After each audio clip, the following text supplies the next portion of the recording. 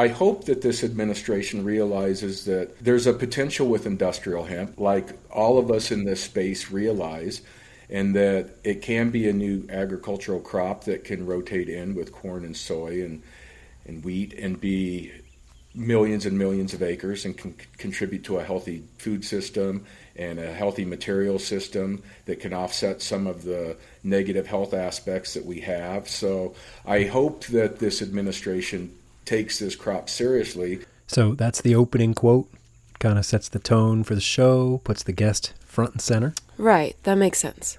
Then you identify who it was. That was Morris Beegle, founder of the NoCo Hemp Expo. And then you introduce the show. This is the Lancaster Farming Industrial Hemp Podcast. Really? Wait, what do you mean? It's just that it's a really long and kind of cumbersome name, don't you think?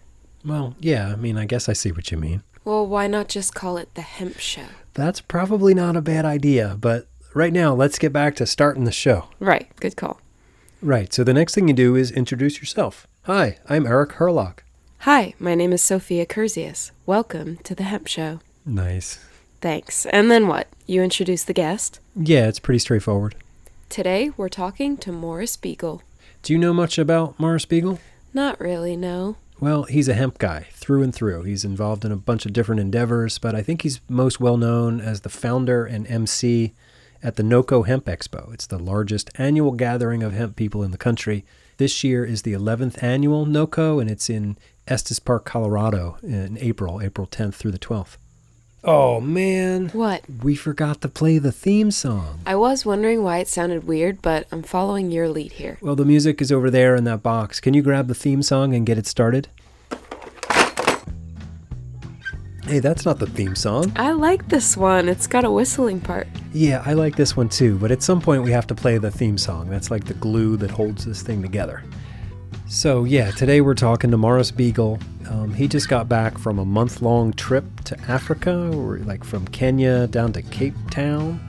And did you know that there is a 12-story hotel in South Africa made out of hempcrete blocks? No way. Yeah, and apparently Morris stayed there, so we'll hear about that. Plus, he's involved in planning the European Industrial Hemp Association's annual gathering in Berlin this year, so we've got a lot to talk about. And NoCo. Yeah, and NoCo. Have you ever been to Estes Park? No, never. I've never been to Colorado, actually. Have you? Yeah, I've been to Colorado a few times, but last year was the first time I was ever in Estes Park. What was it like? It's a beautiful and magical place. You know, it's right at the entrance to Rocky Mountain National Park, so you're surrounded by these giant snow-capped mountains, and there's a creek that runs through the middle of town and into the mountain lake. There's prairie dogs and magpies, and there's a herd of elk that like wanders around. Plus, the Stanley Hotel is there, and that's where Stephen King dreamed up The Shining. And occasionally you'll see a full-grown adult man dressed up in a Bigfoot costume. Hey, what's this? Oh, be careful. Sorry. It's okay, I shouldn't have left that there. But hold on, let's recap a little bit. So you... Me? Yeah, you're going to be joining me here as co-host for a few weeks. And then I'm going to hand the whole thing over to you, and you will be the guest host for a few weeks until I get back. And where are you going? Well, let's just say I'm going on an adventure. Ooh, so mysterious. Yes, indeed. So I thought today we could take a quick tour of the podcast, show you where stuff is, how stuff works, generally show you the ropes. Hemp ropes, I assume. Exactly.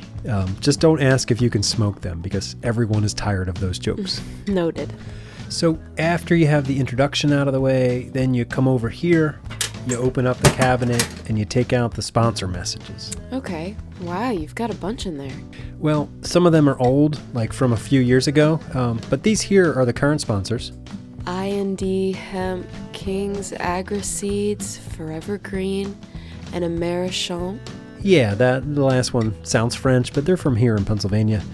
And we've got a few more sponsors in the works. So what you do, each week you check the calendar and then you run the ad for whoever's on the calendar for that week.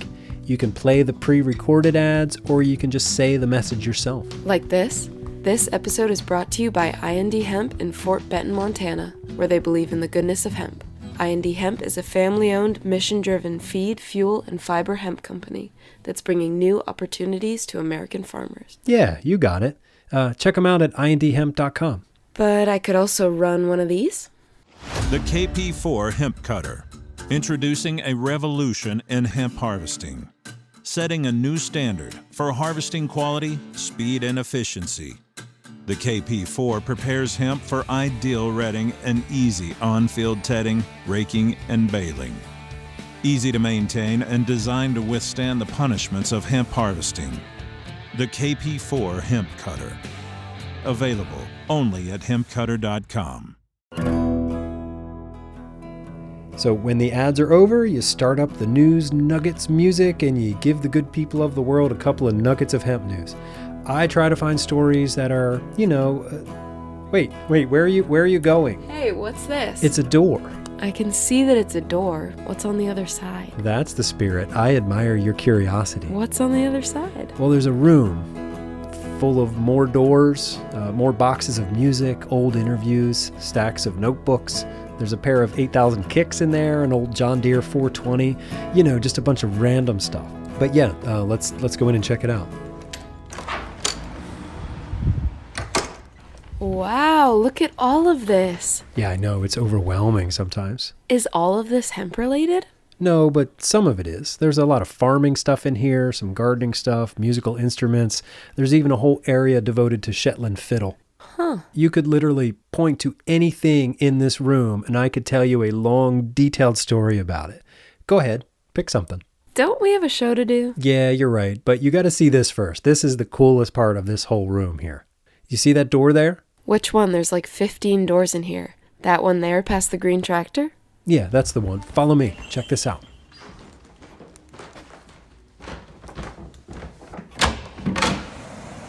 What? Are you kidding me? Yeah, this is the ocean room. Well, it's not really a room, it's just the ocean. Sometimes I sit in here on the beach for a little bit until I know what I'm going to do next, and then I go do it. It really helps. Wow, there's more to this hemp podcast than I would have ever guessed. Yeah, hemp is more than you think. Oh, just make sure that when you come out here, you prop the door open, because this one locks behind you. I found that out the hard way. Anyway, let's get back to the show. Yeah, I'll meet you there in a sec.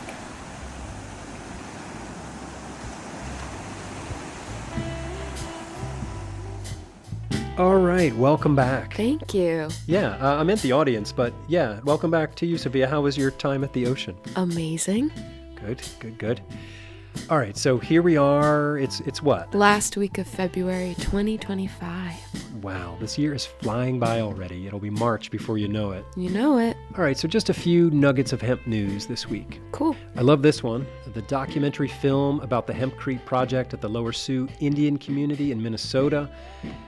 The film is called Green Buffalo. It was made by Joel Caldwell for Patagonia, and it tells the story of Danny Desjardins and his hempcrete crew at the Lower Sioux Indian community as they meet the housing crisis on the reservation with love, hard work, determination, and hempcrete. Didn't that film just win first place at the Santa Barbara International Film Festival? Yep, first place in the short documentary category. We're going to be talking to Danny and Joel on the show in a couple of weeks, so stay tuned for that upcoming episode. Roger that. What else you got? Well, last week I mentioned the Hempcrete workshop in Austin, Texas at the Center for Maximum Potential Building Systems, March 27th through the 30th. But there's another hemp building event that same weekend in Arizona.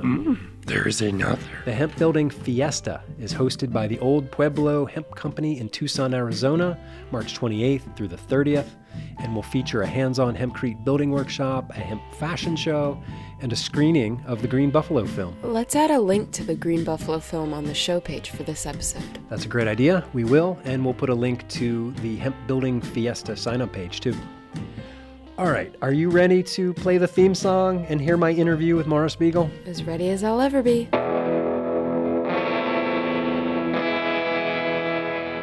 Morris Beegle, welcome back to the Lancaster Farming Industrial Hemp Podcast. How are you? I'm doing good, Eric. How are you doing today? I'm doing okay. You know, there's a lot going on here at Lancaster Farming, a bunch of stuff coming up. But I know you've been busy. You've been sort of traveling the world a bit. Let's get into that soon, but first, just reintroduce yourself for us, if you could. I am Morris Beegle. I'm the president, founder of WAFPA. We are for Better Alternatives. A lot of people know me from letstalkhemp.com. I've got a podcast as well, as you know, and a media platform. I produce NoCo Hemp Expo. I've done a lot of hemp expos. And I also produce the AHA conference, which is coming up later this year in Berlin. That's the European Industrial Hemp Association conference. That is correct. I've got a hemp guitar company, which you've seen the hemp guitars, Silver Mountain Hemp Guitars. Hemp paper company at treefreehemp.com. I do hemp apparel. I'm an advocate, activist, evangelist, trying to spread the good word of hemp all around the world. So that's basically what I do. I've been doing this since 2012, and I come from the music industry, 25 years into that before that. So that's kind of my background. Yeah. All right. Well, thank you for bringing us up to speed. So, the NoCo Hemp Expo, this is the 11th one this year. You're going up to 11 this year, and that's April 10th through the 12th in Estes Park, Colorado. We'll talk about that soon. So you just got back from a globe-trotting trip, right? Like you were all over the place, and maybe just in Africa, right? That's a big continent. I was in Africa, but as I think maybe the last time we talked was after Thailand. So I went to Thailand at the end of November. I went to Peru in October. I went to Japan in September. So I've been in a variety of different continents. It's been pretty crazy. But yeah, I got back from Africa. I was there for almost a month. We went out there and did a conference in Kenya with the National Industrial Hemp Council of America, as well as IND Hemp, Hempwood, Hemp Plastic Company. So there was a pretty good group of us out there trying to advocate for the legalization of industrial hemp in Kenya, as it's not legal there yet, but it is legal in several countries in Africa. But Okay. there are opportunities in Kenya, and we had a good turnout for the conference. There was 100 plus people. There was a lot of politicos in the room, a guy who is directly reporting to the president, kind of the president's right-hand man, so to speak. And I got to interview him on my podcast, and it came out very hopeful. So I think that there's opportunities there. There's opportunities in a lot of places in Africa. Yeah. What was the name of the conference in Kenya? It was KiheCon, which is the Kenya Hemp Conference. And then Kiama, who's a farmer guy that's out there, was a big part of helping get this together, along with Angel, who has a group called Savor the World.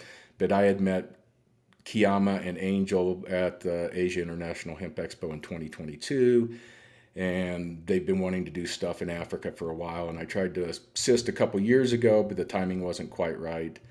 And several of the people from that original Asia conference participated. Paul Stanford came out. He gave a keynote on kind of the history of hemp and cannabis.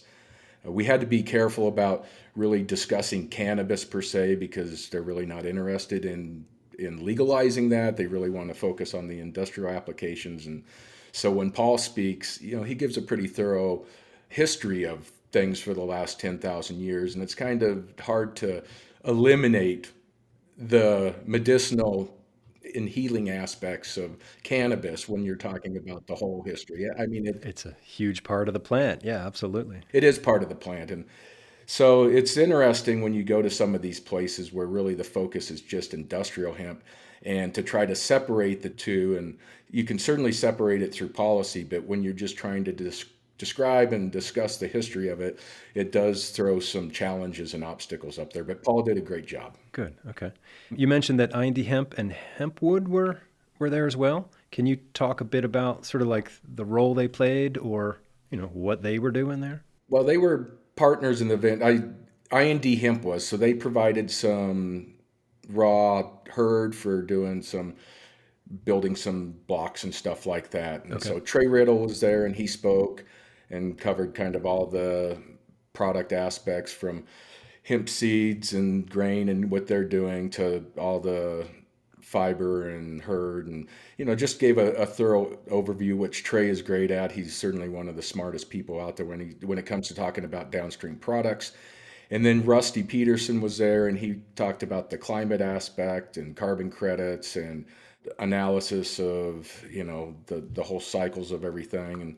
And Rusty did a great job as well. And Greg from Hempwood was out there, and so was Bing, his wife, that Greg presented on what Hempwood's doing and different parts of the world where they've got shops set up now, and the trials and tribulations of getting his product line to where it is now. So Greg's another guy that presents very well. And how were these American companies received by the Kenyans? Very well.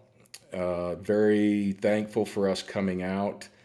All the guys that presented on kind of the downstream products. Paul Benham was there, and Paul presented on the hemp plastic company, which is based out of Colorado. Paul's obviously based out of Australia, but Paul's been in it for 30 years and can talk about the food aspect, cannabinoids, and the plastics aspect as good as anybody can. So I think that we came with really some high-level people presenting on things that are very important to the marketplace and things that can happen now in Kenya or, shortly thereafter. But to get the industry seated, one of the things is we're trying to facilitate trade and export opportunities. So are there opportunities for the hemp plastic company and IND Hemp and Hempwood to seed the market and get things going and maybe license some technology and assist? And so we're moving product to these markets, and that's what the USDA wants to see with these grant funds and so forth. So I think we made inroads there, and there's inroads into other countries, Zimbabwe and South Africa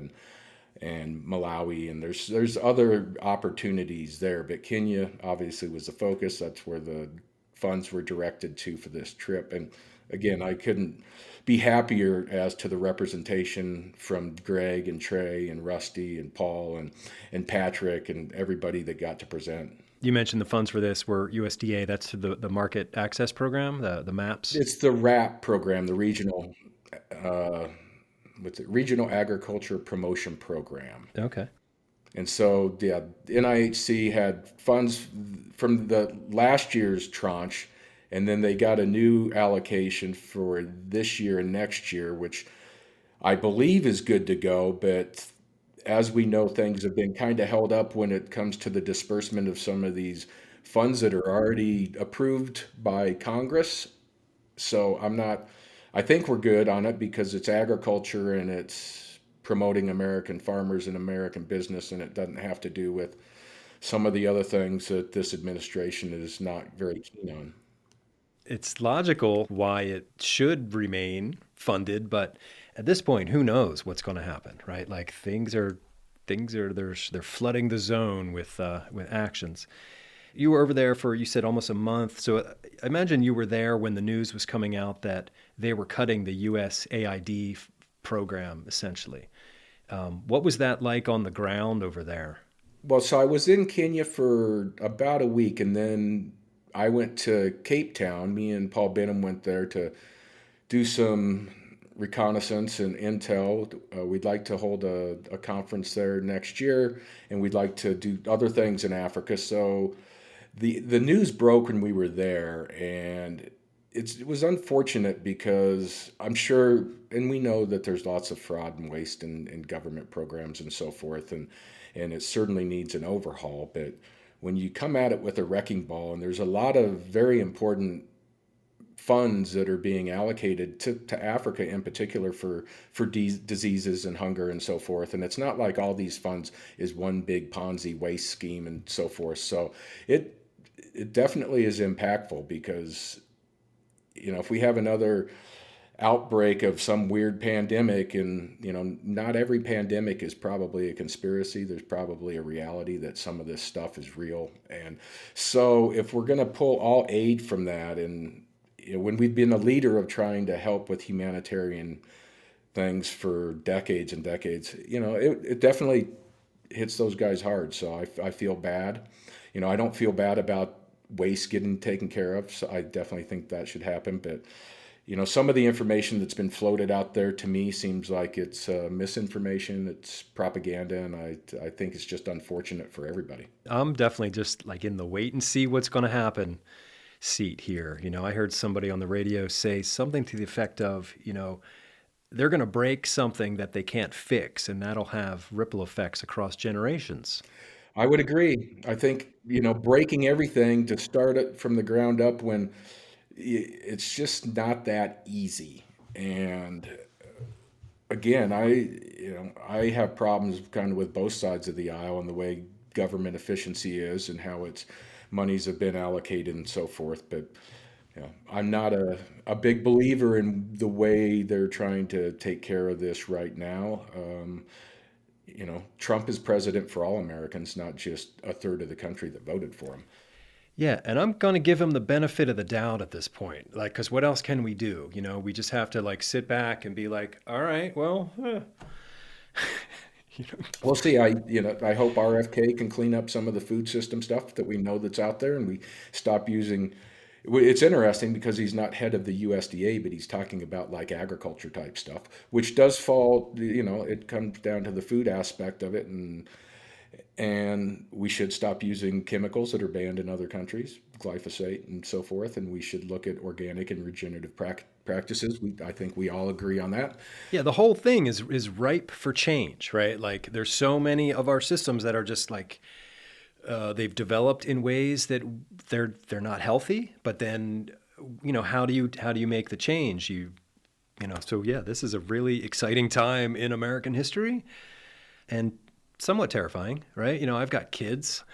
Yeah, we'll see what happens. But I'm an optimist, right? And luckily, so are you, right? And we're in the hemp space together.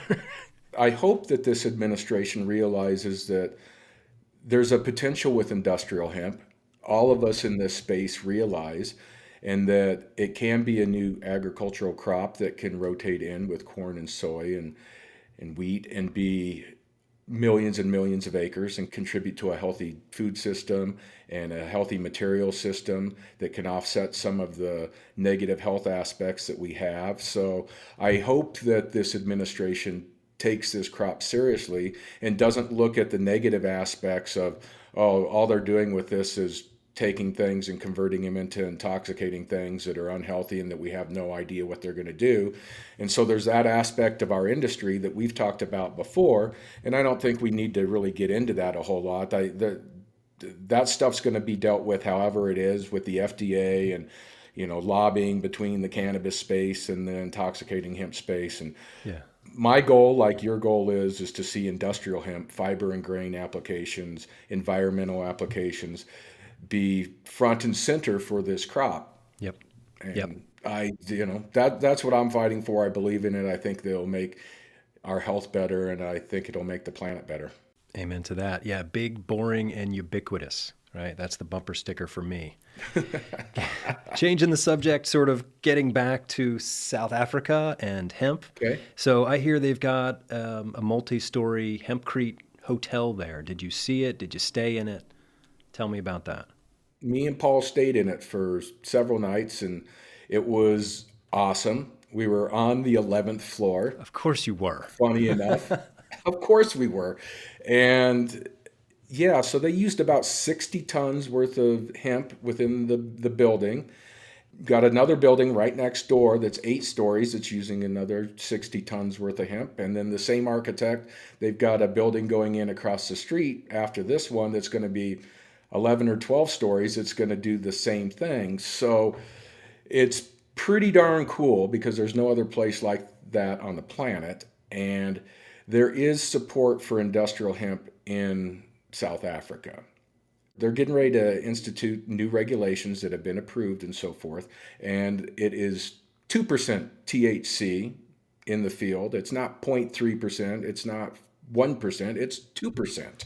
Oh, hello there, South Africa. Exactly. And this isn't so cannabinoid folks can come in and like push the system. And some probably will, but no, it's for the varieties that don't care about THC. They're like good varieties that might spike, right? Like, and if you don't care about THC in your end product, then why? I don't even understand why it's part of the discussion. But anyway, this is going to give them the opportunity to really work on developing localized genetics and letting the plants do what they need to do without penalizing the farmer. And so they do have landrace strains there. They've been growing cannabis for hundreds of years in South Africa.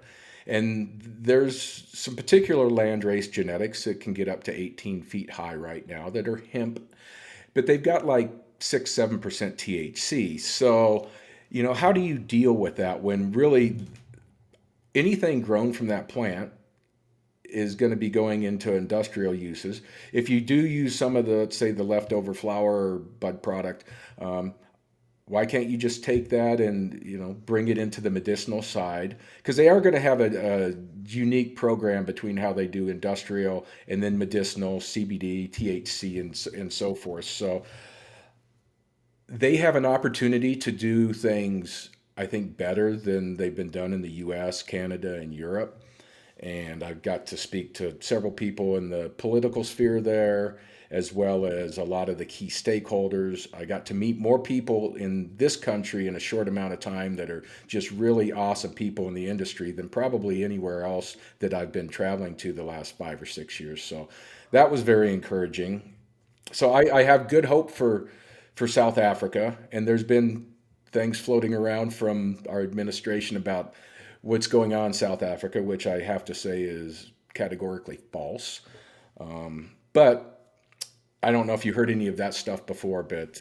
I'm not following it, but I imagine it has something to do with, apartheid and the change in government there in the 90s, and I bet Elon Musk and people is getting their land confiscated, particularly white people, which has not happened. And the way their constitution is written, it gives the government the ability to take over land that's not being utilized for the benefit of the people and the country and so forth. And it hasn't happened yet, but at the same time, the people could take over land that the government owns, and they could challenge that in courts that it needs to be utilized for something that's going to benefit the people. So there's a lot of misunderstanding out there, and everybody that I met in South Africa, from white people to black people, every country has their own issues, but the energy was quite good, and people generally get along, and I really enjoyed the people there a lot and everything about South Africa.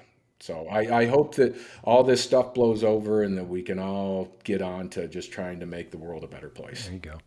Do you know where they sourced the hemp for those hotels? So they're growing hemp now I think they're utilizing for the new hotel that they've grown it there. Okay. They did get hemp from the UK for that first building. And it was pretty pricey, but they did source it from the United Kingdom. And I'm not sure what company, but that's where it came from.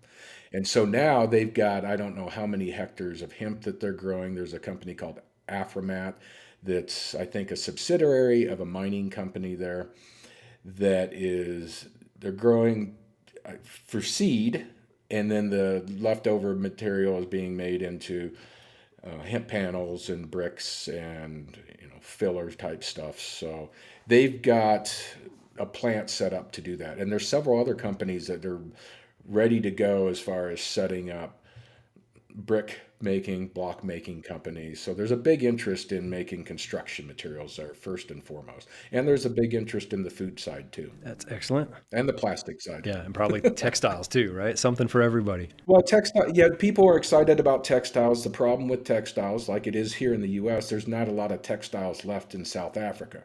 While there is a little bit, still most of that stuff is Asia oriented. And what is being created in South Africa, the yarns are coming in from Asia, or they're coming in from Europe. And now you could certainly make the argument, like we're trying to make here, that you can create fiber and make it spinnable and create the yarns here and so forth. And that's what some of these people want to do. And I get it. I'd love to have hemp t-shirts made in America or hemp t-shirts made in Africa that's all locally grown. And maybe from a boutique standpoint, it can be done, but from a big scaled aspect, I think they're a long ways away, just like we probably are.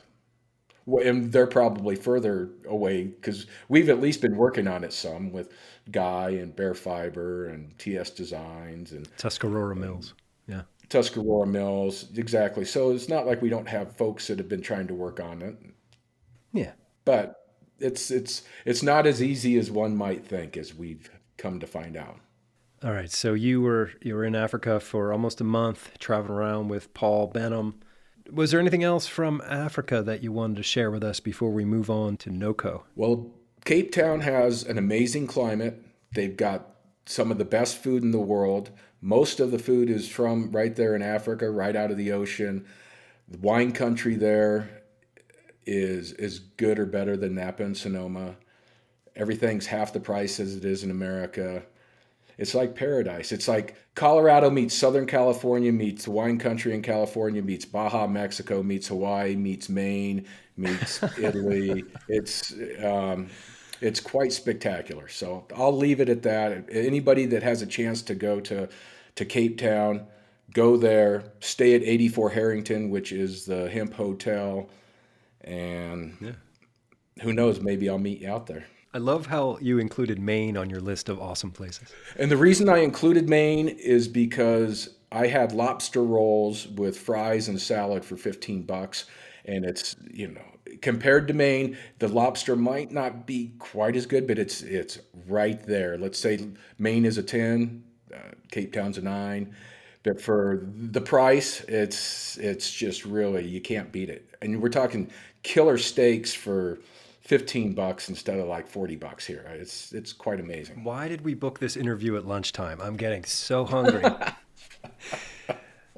All right. Well, welcome home. I'm glad you had a successful trip to Africa.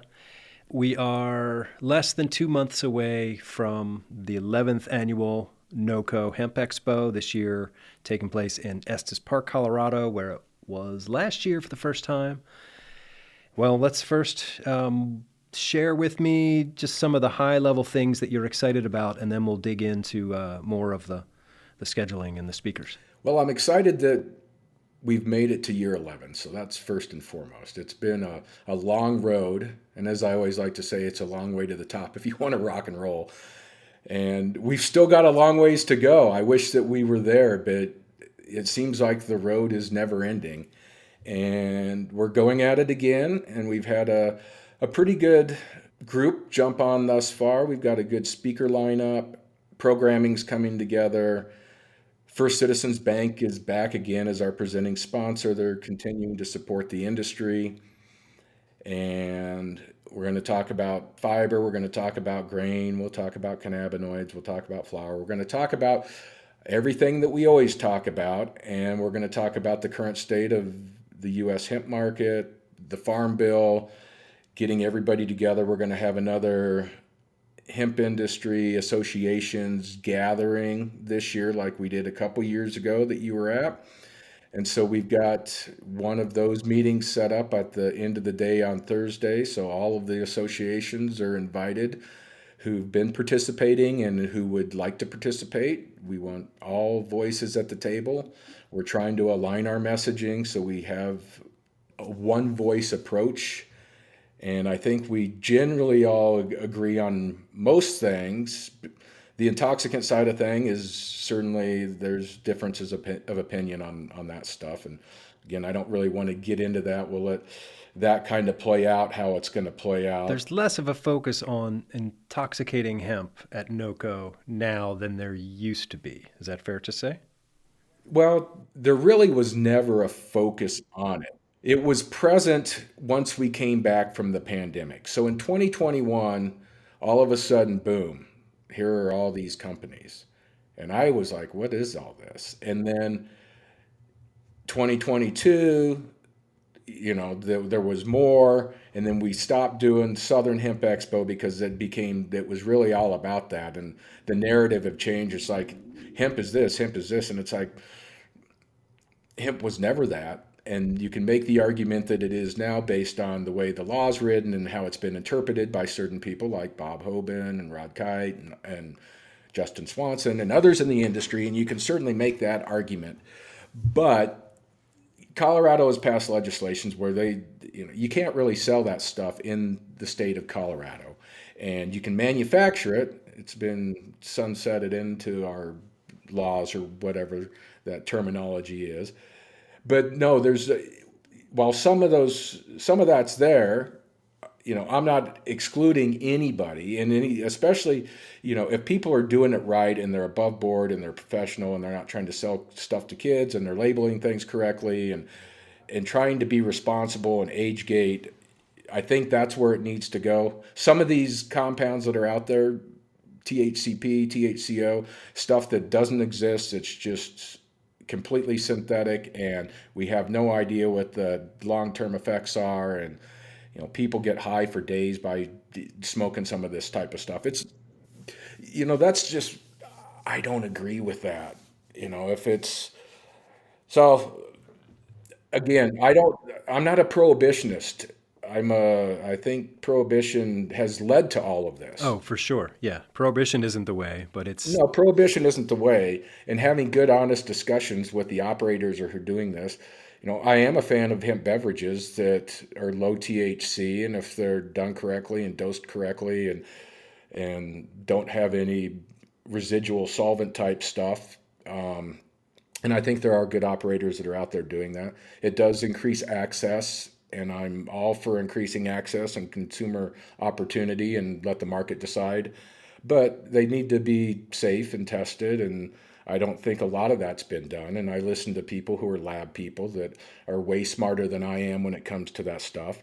Christopher Hudala from Proverti Labs, me and him have talked extensively over the last several years, and I certainly get where he comes from and some of these other guys that I see on LinkedIn. But I see all this divisiveness between the camps and stuff, and I can't stand that. It's like, let's just have conversations and not fight.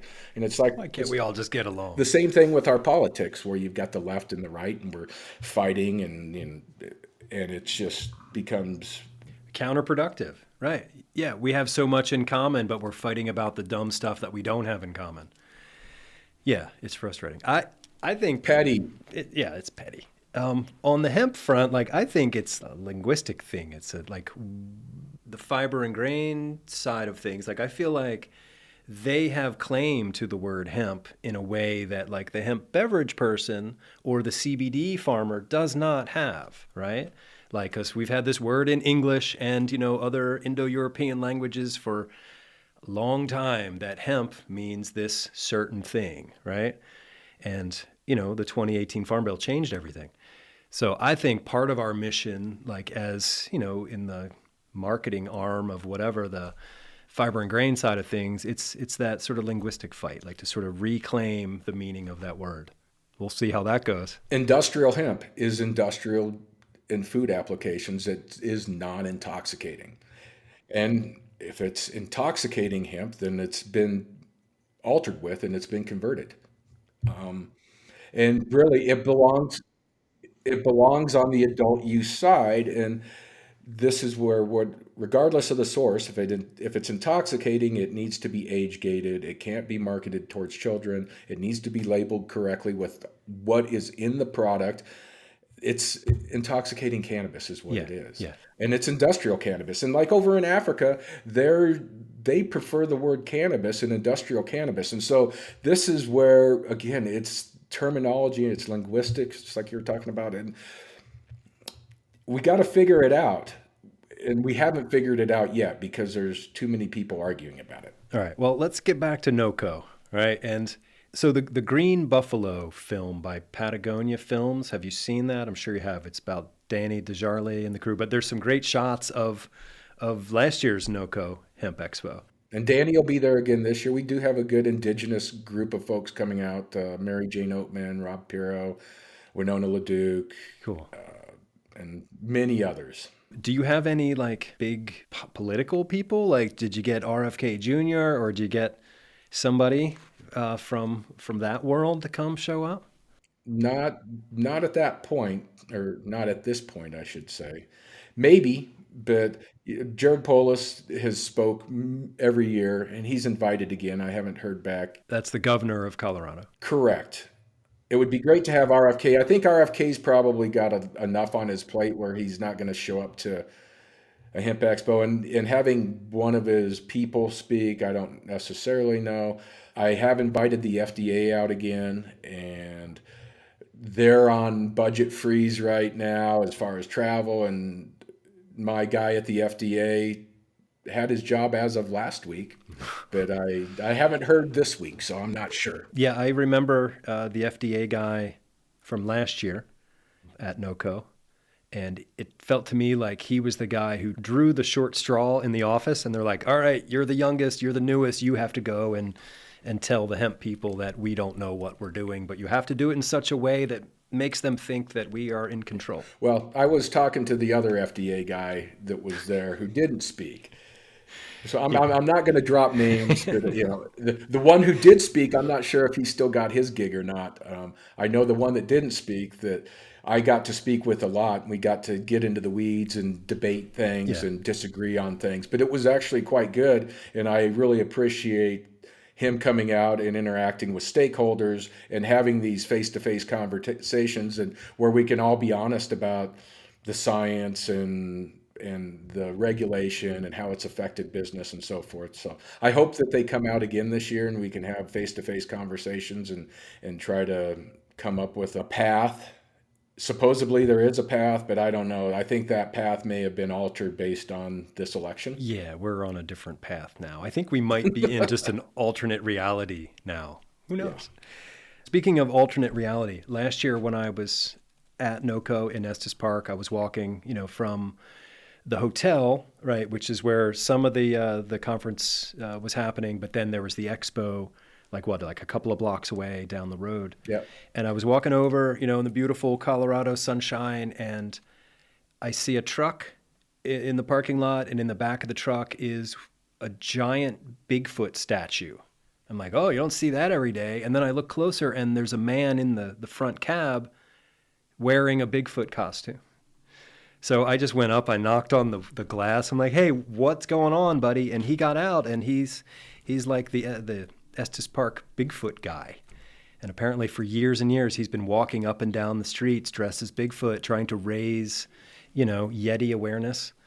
And then he told me about the time that he saw a couple of Bigfoot. And he got to be careful, though, because he said they put like a zap on you. I'll play that audio, I guess, maybe at the end of this interview. But yeah, Estes Park is an amazing place. I spent a beautiful week there last year. I was busy. I was talking to a lot of people. I made a lot of great content. But I also had breakfast every day at a place called the Notch Top.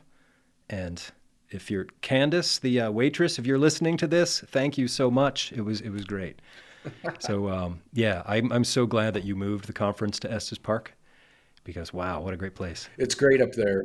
And Bigfoot Days is the weekend after NoCo. So they've got that event. And coming up this month, they've got Frozen Dead Guy Days. That's in March. Frozen Dead Guy Days. Yeah, so there was a frozen guy, cryogenically frozen, who was in Netherlands for a long time, and they moved him to Estes Park, and so they moved the event there, and they have a bunch of jam bands, and they have like coffin races, and so it's a big to-do that kind of kicks off the season in Estes Park. So Frozen Dead Guy Days. I think String Cheese Incident played maybe last year, and so they get some pretty big people up there. If you're coming into town for the NoCo event, you should just like book a longer stay so you can catch the Bigfoot thing at the end the next week. So there you go. We plan your vacation for you here on the podcast. Yep, there's a lot to do in Estes Park and in the Rocky Mountains, just as long as we still have a forestry service and people working at the national parks. Yeah, we'll just let that one float there. Last year, I went with you, sort of, to the European Industrial Hemp Association's conference. It was in Prague last year. I am so grateful for the opportunity that I got to go with sort of the delegation. This year, you guys are doing it in Berlin, right? And what are the dates on that? That is June 11th through the 13th, and it's at the Durant in Berlin. And what can you tell us about that? Because you said you're sort of involved in the planning of that. Yep, I'm producing it again, really in collaboration and partnership with Monica and Lorenza and Daniel Cruz. But yeah, it'll be very similar to last year. We're in a hotel space this year, where last year we were in a convention center. And so we've got a hotel space where, conference room, and then you come out in the opening area, and then the food and the booths and everything will be all kind of mixed together, where last year things were a little separated, thought that it could work. I mean, it was a beautiful view from everywhere, but it was a little too spread out based on having 250 people or whatever there. So this year I think will be a bit more intimate. The programming is getting ready to be announced on the website, as well as tickets going on sale and exhibitor space being opened up. So that's going to happen probably by the time this podcast is live. So, and that is aha.conference.org, and that's EIHA. And again, it is AHA. It's not IHA or EHA or Yeehaw. EHA. So, and people pronounce it a variety of different ways, but You should hear how people say the word Lancaster. All right, so the AHA conference coming up 11th through the 13th of June. I'll have a link for that on the show page for this episode once it drops. I'll have a link to NoCo as well. And heck, I'll probably put a couple of links up to some of the things that you made from your trips abroad. I know you had like your Thai tapes, or you had a clever name for your podcast series from your different things. yeah, so I had the Peru tapes, I had the Japan tapes, Thai stuff. I was going to do another Thai tapes, which I had done before, but this one I did some live broadcast of Let's Talk Hemp at the show. So that was just live at the Asia Hemp Conference. And then do you have some content from Africa too? Yep, I put up the Kenya tapes last week. I've got to finish the Cape Town tapes this week. It probably will go up next week. And my recording setup on the road is not near as fancy as yours, because I'm using my little Tascam, and it's like I'm just a guy on the street, and it's a little bit more garagey and street oriented, but it's like honestly I don't really care that much at this point in time. Once I get fancy into a big studio like you, Eric, and I grow up, you're my mentor now. I'm your mentor. I thought you were my mentor. Tables have turned. When I would do remote interviews, like on location, like the first time I interviewed Cameron McIntosh and like Drew and Anna from Coexist, the Hemp House on Wheels, I had like an SLR camera, I had a little tape machine, I had my computer, and I had all these like crappy microphones, and it was like an embarrassment. But luckily it was audio only, and it turned out okay, and they were very kind to me. But now, yeah, I have a better mobile microphone that was given to me from some very kind people. So yeah, my like Kermit the Frog, reporter on the street game has risen a little bit, getting there. But thank you for pointing that out. Yeah. Oh, all right. So I told you this before, but I'm not going to be at NoCo this year. I know you've got something coming up, and I wish you the best of luck with that. Yeah, thanks. So anyway, I won't be at NoCo this year, but I'm hoping to get some kind of either representation there, or maybe I'll, set up a series of interviews remotely. Then I can check in with people from NoCo, because I love the event. I love being there. I love walking around and just, feeling the energy and talking to people and interviewing, their reactions to things. And it's always great. So if people are on the fence about going to NoCo, get off the fence, go buy a ticket, get out there. It's you won't regret it. Love to have you. The more the merrier. It's an important year for the industry. Conversations need to happen. We need to get aligned more than anything. And I've been saying that for years, and I'm going to continue to say it, because alignment has happened, and we are aligned on a lot of things, but still we've got a long ways to go, and everybody's voice is important. So please come out and get to know each other and participate however you want to participate. All right. Well, Morris Beegle, it is great to talk to you. I appreciate you taking some time with us here today, and I'm glad you made it back to the States safely. Thanks for sharing your stories with us. Well, thanks for having me on, Eric. And as I always say, keep doing a great job, because you're interviewing great people and putting out great content and keeping this conversation going in the right direction. So thanks for all that you do. Thanks, Morris. That means a lot to me.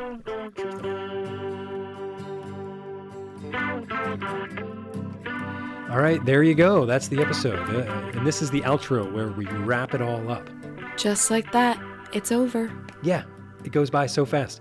And then you thank everybody for listening. Thanks, everybody. And you remind the people who you are. Thank you for listening to The Hemp Show. I'm Sophia Curzius.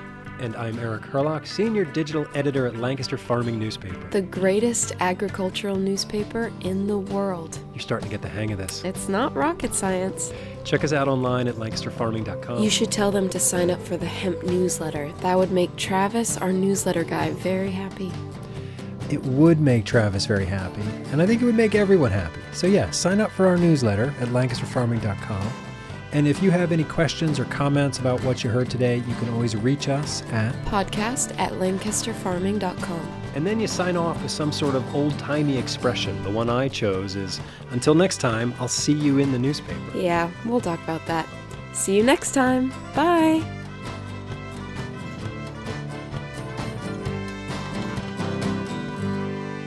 As the outro music comes to an end, you throw in old Mitch McConnell. Industrial hemp. Why do you do that? I'm not even sure anymore. Tradition? Precedent? So then you start the music, and then you read the credits. This episode of the Hemp Podcast is copyright 2025 by Lancaster Farming Newspaper. Part of the Steinman Communications family. Today's show was written and recorded, Edited and produced by Eric Herlock. and Sophia Curzius. The music you hear throughout the show, It's courtesy of Tin Bird. Shadow.